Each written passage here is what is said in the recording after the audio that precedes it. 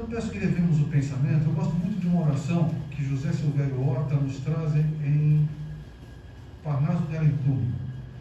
É um evangelho, perdão, um Pai Nosso um pouquinho modificado, mas oremos juntos. Acompanhem a oração, realmente é muito bonita.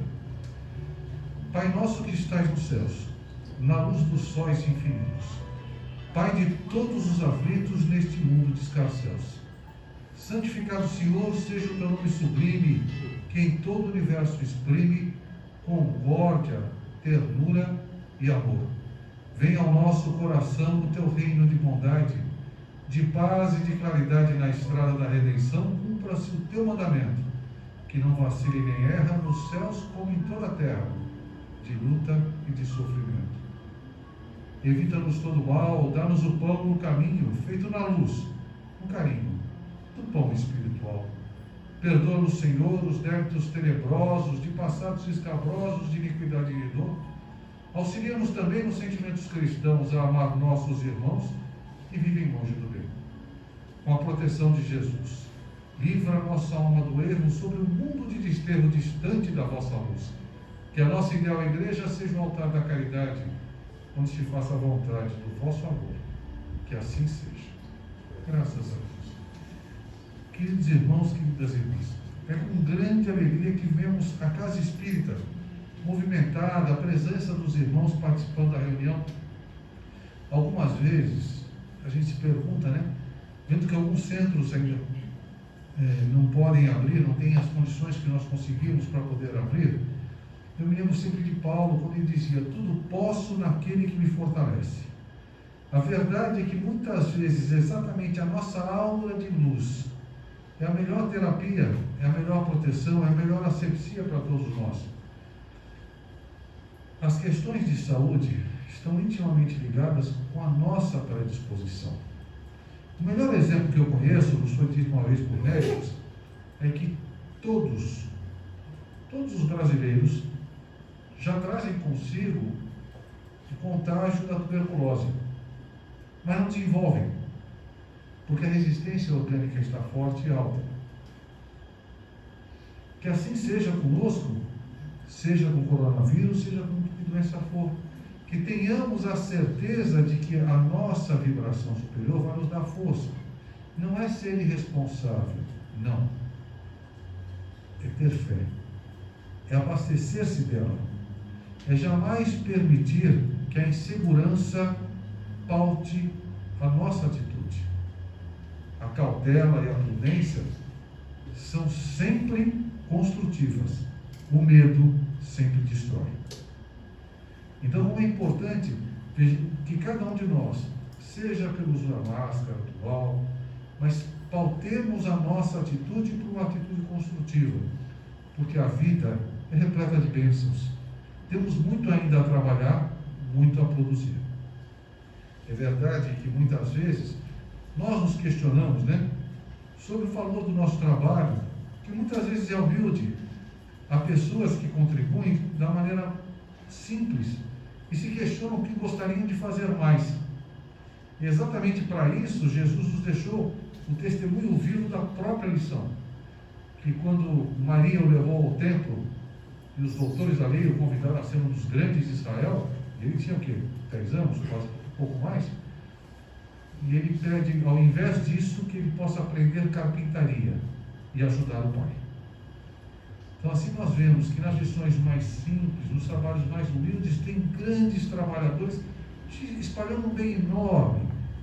Que nos contemos entre esses, que saibamos não nos furtar aos pequenos trabalhos. Sabem que eu falo isso, meus irmãos, mas eu falo isso aí de consciência pesada, porque todos nós temos o que melhorar. E eu brinco com o pessoal da casa que o único que não tem desculpa é o palestrante, porque ele não pode chegar depois para São Pedro e falar assim: eu não sabia. Os palestrantes da casa não têm essa chance, porque eles fizeram a palestra, não dá para chegar para São Pedro e arranjar desculpa. Então nós seremos cobrados, todos nós. Mas que bom que nós que no passado nos associávamos no erro, hoje nos fortalecemos mutuamente na tarefa de amor de construir um futuro melhor para todos nós. O tema que nós separamos para hoje é um tema que parece que não, mas ele é recorrente muitas vezes nas nossas vidas. Quantas vezes a gente não passa por um dissabor, uma mágoa, e carrega aquela mágoa como um fardo pesado que nos acompanha há anos? Quantas vezes a gente não permite, às vezes, por invigilância, que aquilo nos torne mais amargos? Então, que na nossa lição de hoje, nosso estudo junto de hoje, que possamos debater um pouquinho o perdão e o amor. Lembrando que o maior beneficiário do perdão e de quem ama é aquele de quem sai esse sentimento. Quando Jesus nos ensina tudo isso, Ele não está recomendando que a gente perdoe o outro porque vai ser bom para o outro. Não. O nosso perdão não isenta de culpa. Nosso perdão alivia o nosso próprio coração. Jesus nos diz: bem-aventurados os que são misericordiosos, porque encontrarão misericórdia. E quando ele fala que nós perdoemos aos homens as faltas que fizerem contra nós, quando volta naquele mesmo tema em que Pedro pergunta: mas quantas vezes vou perdoar? Será que até 7 vezes? Jesus fala: não vos digo que perdoeis 7 vezes, mas 70 vezes 7 vezes. O que Jesus estava focando e trabalhando é a felicidade de Pedro. É exatamente a possibilidade de trazermos dentro do coração paz. Trazermos um coração leve, desprendido. Em verdade, quantas e quantas vezes nós pré-julgamos e interpretamos a falha alheia de maneira equivocada. Eu separei até a lição de hoje porque é uma lição para mim. Mas vamos pegar alguns exemplos de livros que já lemos. Para ter uma ideia aqui, quantas pessoas já leram o livro Há 2000 anos de Emmanuel? É um dos clássicos da doutrina, um dos romances mais poderosos, inclusive um dos poucos romances espíritas em que nós temos Jesus como um dos personagens do livro. Então ele é muito rico. É um livro delicioso, um linguajar um pouco erudito, um pouco mais antigo, mas passemos por cima de alguma palavra que não entendamos e vamos pegar o enredo da história, que é riquíssimo. A história de um senador romano que vem para a Galiléia na esperança que o clima da Galiléia auxilie a sua filha, que contraiu lepra, a poder curar-se da lepra. Mas tomado do orgulho, guiado pela cegueira que o orgulho promove, comete erros, desperta inimigos e vai traçar todo um caminho de sofrimento, exatamente porque ele, senador romano, tinha aquela visão equivocada nossa de que ele estava acima das pessoas normais, quando na verdade nenhum de nós está acima de ninguém. Se o próprio mestre fez questão de nos ensinar que aquele que quiser ser o maior entre os homens seja o servo deles, e testemunha isso lavando os pés dos próprios discípulos, que era uma missão reservada aos servos, aos escravos. Jamais outra pessoa faria. E ele, Jesus, faz questão de ser o servo dos próprios discípulos. Ele está nos ensinando exatamente aquele desprendimento que nos faz bem. E por falta desse desprendimento, aqueles que leram o livro vão ver que Públio se equivoca ao interpretar quando ele vê Lívia sair da casa de Pilatos. E com isso alija Lívia da própria convivência, porque acredita que ela o traiu. Cegueira pura. Lívia é um anjo que velava naquele lar. Quem é que se vê privado de luz a partir do momento que ele tira Lívia do convívio? Ele mesmo. Toda a alegria que ele tinha, toda aquela bondade que extravasava dela, ele perdeu. Nós vemos algo semelhante em o livro Obreiros da Vida Eterna, de André Luiz. Por sinal, a coleção de André Luiz é uma coleção estupenda. Estupenda. O legado de André Luiz, em seus vários livros, em que ele conta como é a vida no plano espiritual, é riquíssimo. Mas em Obreiros da Vida Eterna, nós vemos que um dos trabalhadores da colônia transitória de Fabiano cometeu o mesmo equívoco com sua esposa. Resultado, está ele hoje trabalhando lá embaixo, mas já está trabalhando, conseguiu pelo menos sair do próprio trabalho. E episodicamente ele tem a chance de conviver com ela por alguns minutos. porque a esfera dela é muito mais acima. Ela foi limbada de luz, porque embora não merecesse a condenação, perdoou e continuou amando. E ao perdoar e continuar amando, as ofensas que nós não merecemos são as vezes em que nós conseguimos nos elevar ainda mais. São as horas em que Jesus nos convida a imitar-lhe o gesto. Conversávamos um tempo atrás com um jovem lá dos Estados Unidos, que começou a estudar a doutrina não tem um ano. Na verdade, ele tinha passado por provas muito difíceis, tinha tropeçado em vários equívocos. De repente, ele se dispôs a acertar e passou a estudar, trabalhar, ajudar o padre na igreja, a fazer caridade. Não há melhor escola do que a caridade. E ele, estudando o Evangelho, sozinho, isolado, não tem ninguém ao lado dele, onde ele convive, porque os centros espíritas estão fechados lá também, e na cidade dele só tem um centro espírita. Ele lendo o livro, o WhatsApp hoje que é um galho nosso grande, né?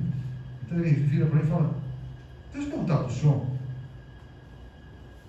pelo que eu li do Evangelho, quer dizer que não existem espíritos maus? Existem espíritos ignorantes? Meus parabéns, você entendeu exatamente.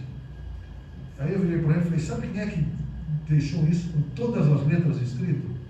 Ele falou: não, Jesus na cruz, quando disse: Pai, perdoai-os, não sabem o que fazem. Quem saiba realmente o que faz, não pratica o mal. Só a ignorância nos permite caminhar nesse caminho escuro e triste. E quando o esclarecimento nos bafeja, quantos de nós já temos algum esclarecimento, não olhamos para trás e falamos assim: ah, se eu pudesse voltar atrás, como eu gostaria de não ter cometido esse erro. Porque a nossa consciência nos cobra. Não precisamos que outros cobrem. A consciência nos acompanha. E é exatamente na força que fazemos de devolver em bem os erros de passado que conseguimos aliviar um pouco o nosso próprio coração. Há duas maneiras, na verdade, de aliviarmos o coração: fazemos o bem, devolvendo em bem, compensando em bem erros que cometemos no passado. A segunda maneira é perdoando quando recebemos também o ato falho, o ato fruto da ignorância vindo de outra origem. Seja pelo perdão, seja pela caridade, pelo trabalho, pelo serviço em benefício do próximo, é assim que nós conseguimos a nossa felicidade. Triste daquele que fala assim: não, eu não perdoo, eu não perdoo. Quem usa essa frase se condena muitas vezes a séculos de atraso no umbral. Quem quiser ter uma boa noção sobre isso, há um livro da doutrina, um dos raros livros em que o autor espiritual é Bezerra de Menezes. Chama-se Dramas da Obsessão. Quem já leu? Só para ter uma ideia. Então, quem não leu, está perdendo um livro extraordinário. É de Ivone Pereira. Eu creio que até já tem aberto na internet. Dramas da Obsessão. Conta o caso de um pai e 2 filhos judeus que foram supliciados quando da Inquisição.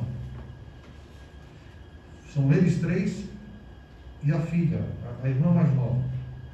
Ela perdoou, evoluiu. Os 3 ficaram presos ao ideal de vingança, 450 anos no umbral. E o mais triste disso é que os inquisidores, a quem eles perseguem tenazmente, fruto da perseguição que eles, as 3 vítimas da Inquisição, impunham aos antigos algozes da Inquisição, os ex-inquisidores evoluíram. Os ex-inquisidores, sofrendo, foram se melhorando. E os 3 permaneceram 450 anos presos ao ideal de vingança. É tempo demais para a gente perder, meus irmãos. Então, se alguma vez a gente for dizer assim: eu não perdoo, lembrem dessa história. Porque enquanto não perdoarmos, nós estaremos presos naquele ponto da história.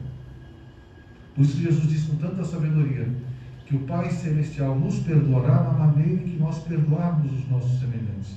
E fez questão de fazer isso constar no Pai Nosso.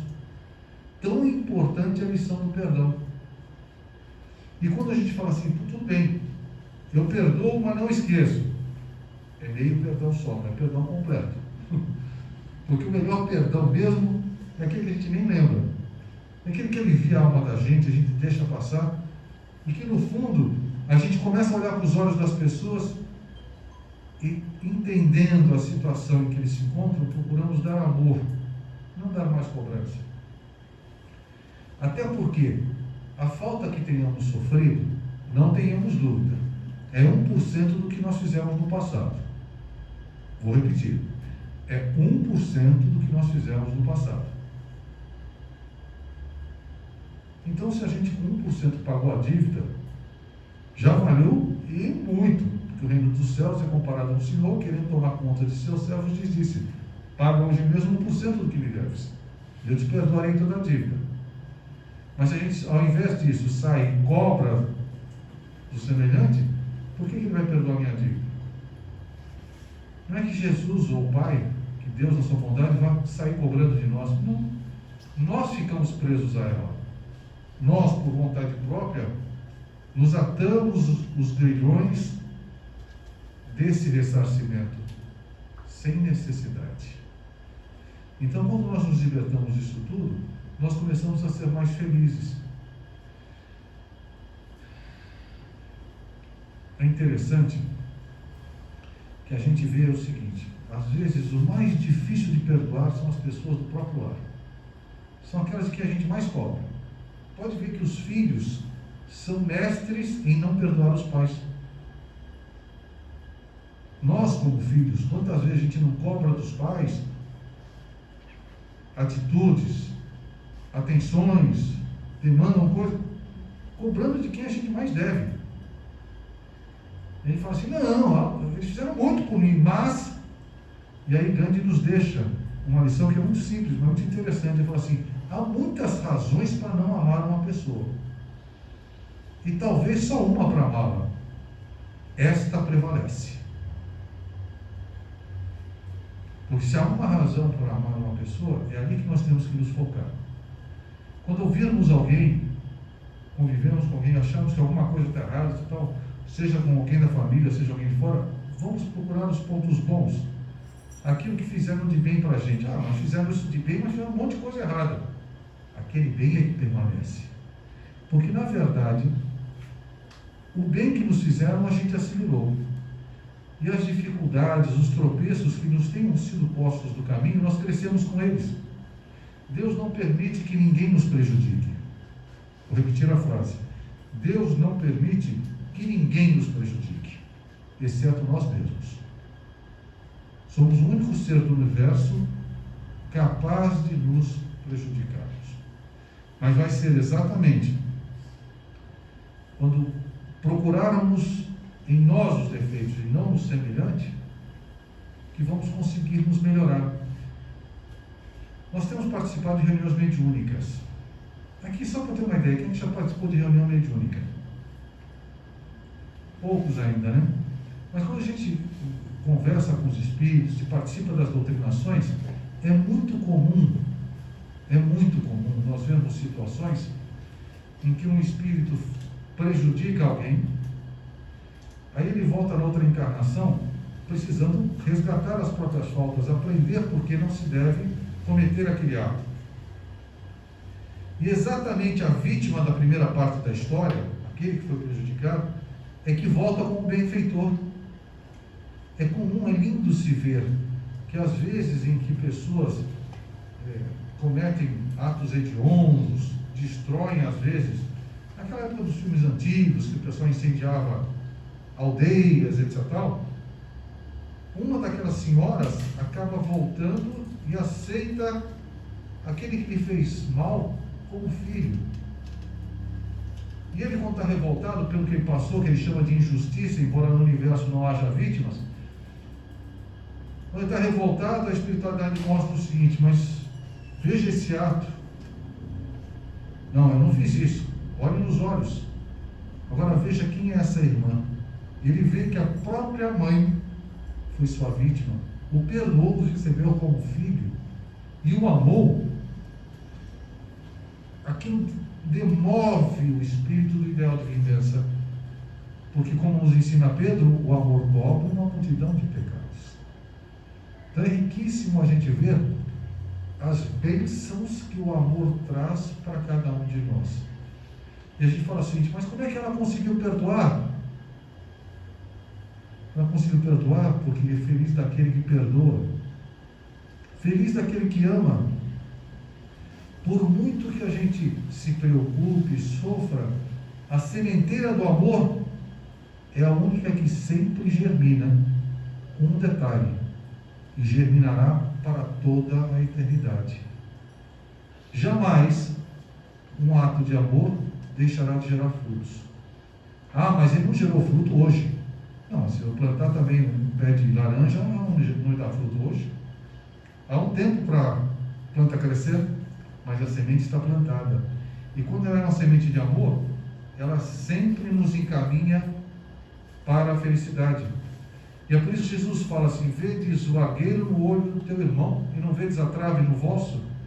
Que cuidemos nós então de tirarmos do próprio olho a trave, ao invés de censurarmos o argueiro, o cisco no olho do semelhante. Porque o mandamento maior que Jesus nos deixou, quando ele é tentado pelos doutores da lei: mestre, qual o maior mandamento da lei? Aprendestes que está escrito: amarás o Senhor teu Deus de todo o teu coração, de toda a tua alma, de todo o teu espírito. Eis o primeiro e o maior mandamento. Mas eu lhe dou o segundo semelhante a este: ama o teu próximo como a ti mesmo. Aí estão toda a lei e os profetas. Então as bênçãos que nós colhemos, ao termos junto de nós a oportunidade de amar e perdoar, são infinitas. Elas nos trazem leveza ao coração e certeza de felicidade. Porque a vida na Terra é muito curta, é gozado. Quando a gente é jovem, né? Quando a gente é jovem, a gente fala assim: não, pelo amor de Deus, demora muito. Eu vou fazer uma brincadeira com os irmãos para ajudar a acordar. Faz que nem outro dia eu estava dirigindo no carro, peguei a netinha na escola, e aí, conversando e tal, virei para a minha neta e falei: Manu, eu já estou velho. E a Valéria, para me fazer um elogio, falou: não, vovô não está velho não, né, Manu? Vovô está moço. Ela virou para a avó assim: não, vovó está velho, vovô está muito velho. Então, aquela ingenuidade doce da minha neta, vê que a vida passa muito rápido. Quem de nós não se recorda quando éramos crianças, brincávamos com os nossos irmãos, nossos primos, seus amigos? Passou assim, porque de fato a vida é muito breve, mas ela é muito, muito enriquecedora, é muito proveitosa. Toda vez que nós conseguirmos perdoar e dar amor, ela nos oferece um degrau que às vezes 400 anos do outro lado da vida não oferece. Não é que não se evolua do outro lado da vida.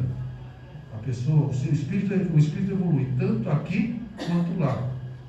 Mas esta escola é tão generosa que quando a gente pega para evoluir e se desprende realmente, todos nós temos a oportunidade de aprender mais rápido e alcançar a felicidade mais rápido. Particularmente, desprendamos. Não vamos levar nada conosco desta terra, a não ser as próprias recordações. Seja o que for que nos aconteça, saibamos que, se não foi provocado por nós, veio em nosso benefício. Agradeçamos ao Pai e saibamos aproveitar isso tudo. Eu encerro lembrando a parábola, a epístola de Paulo aos Coríntios, quando ele fala sobre a caridade. E nos diz: ainda que eu falasse todas as línguas dos homens e a língua dos próprios anjos, se eu não tiver caridade, serei como o bronze que soa e o símbolo que retine. Ainda quando eu tivesse o dom da profecia e penetrasse todos os mistérios, e tivesse a perfeita ciência de todas as coisas, ainda quando eu tivesse toda a fé possível ao ponto de transportar montanhas, se não tiver caridade, nada disso me serviria. Interessante, né? Não adianta todos os mistérios se não trouxeram o bem consigo mesmo. E quando eu houvesse distribuído os meus bens para alimentar os pobres, eu houvesse entregado o meu corpo para ser queimado, se não tivesse caridade, tudo isso de nada me serviria. Volta Paulo a dizer que mesmo os sacrifícios que façamos, eles têm que ser feitos por um ideal de amor. Senão a gente não se beneficia do próprio ato. A caridade é paciente, é branda, é benfazeja. A caridade não é temerária nem precipitada. Não se enche de orgulho, não é desdenhosa, não cuida dos seus interesses, não se agasta, não se azeda com coisa alguma, não suspeita mal, não se rejubila com a injustiça, mas se rejubila com a justiça. Tudo suporta, tudo crê, tudo sofre, tudo espera. Agora essas três virtudes permanecem: a fé, a esperança e a caridade. Mas dentre delas, a mais excelsa é a caridade. Então nosso irmão nos deixou bem claro que a nossa escola de amor que a terra nos oferece, essas aulas doces que aqui a gente tem, com todos os tropeços que tenhamos, seja na situação que for, ela será para nós sempre uma oportunidade feliz e iluminada, se soubermos ter olhos de ver e ouvidos de ouvir. Acreditemos no bem, na felicidade. Os desafios são da vida, a dificuldade do Covid, o tempo que ficamos em casa, o comércio ficou parado por um tempo. Tudo isso são convites à reflexão e ao despertar da caridade. E é interessante como as pessoas se movimentam nessa hora. São Paulo capital, uma cidade frenética, gigantesca. Uma pessoa começou uma corrente que tem se espalhado por lá, quer fazer o seguinte: eles fazem uma campanha de doações em dinheiro, compram o material, preparam um cardápio. As pessoas vêm, pegam um lote de comida, levam para suas casas, cada uma faz 30, 60 marmitas, entregam para a instituição no finalzinho de sábado, e eles saem à noite distribuindo nas ruas de São Paulo alimento para as pessoas carentes. A gente fala assim, que bacana, né? Chegou um prato para cada um. Chegou, vale muito, vale. Mas melhor do que isso, tirou cada uma dessas famílias do comodismo, e elas puderam dar de si mesmas o trabalho, o fazer da comida, o orar enquanto preparam aquele alimento.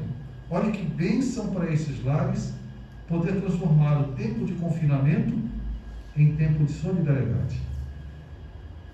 Nada do que Deus nos manda é para nos prejudicar. Tudo que chega em nosso benefício. Mas vigiamos aquilo que pensamos, aquilo que levamos conosco. E eu encerro com a poesia de Casimiro Cunha sobre o lixo. Realmente é muito feliz a maneira como ele coloca. Nos diz o seguinte: cada dia a residência que a higiene educa e ajude, lança fora todo o lixo na defesa da saúde. Grandes cestos, grandes latas, guardando o detrito escuro, enchem grandes carroçadas que seguem para o monturo. Contemplando o movimento, lembremos que a sujidade, muitas vezes, foi qualquer coisa no campo da utilidade. Roupas velhas, vestes rotas, velhas peças carunchosas, em outros tempos já foram queridas e preciosas. Ornatos apodrecidos, tristes candeeiros sem lume, conheceram muitas vezes festa e luz, vida e perfume. Resumem contudo agora o lixo que não convém, escuro e pernicioso, contrário à saúde e ao bem. Para ele, em todo mundo, a casa nobre e educada reserva cada manhã a bênção da valsa orada. Se não tem função de esterco junto à terra menos rica, vai ao fogo generoso que renova e vivifica. Na esfera do ensinamento, da verdade sempre igual, o lixo personifica a estranha expressão do mal. Perdoe-nos repetir. Na esfera do ensinamento, da verdade sempre igual, o lixo personifica a estranha expressão do mal. E escuta, se o bem de ontem, hoje é mal e sofrimento, não deixes de procurar os cestos do esquecimento. Escutemos todos, se o bem de ontem, hoje é mal e sofrimento, não deixemos de procurar os cestos do esquecimento. Esqueçamos tudo aquilo que não nos faz bem, lembremos de tudo aquilo que nos faz melhores.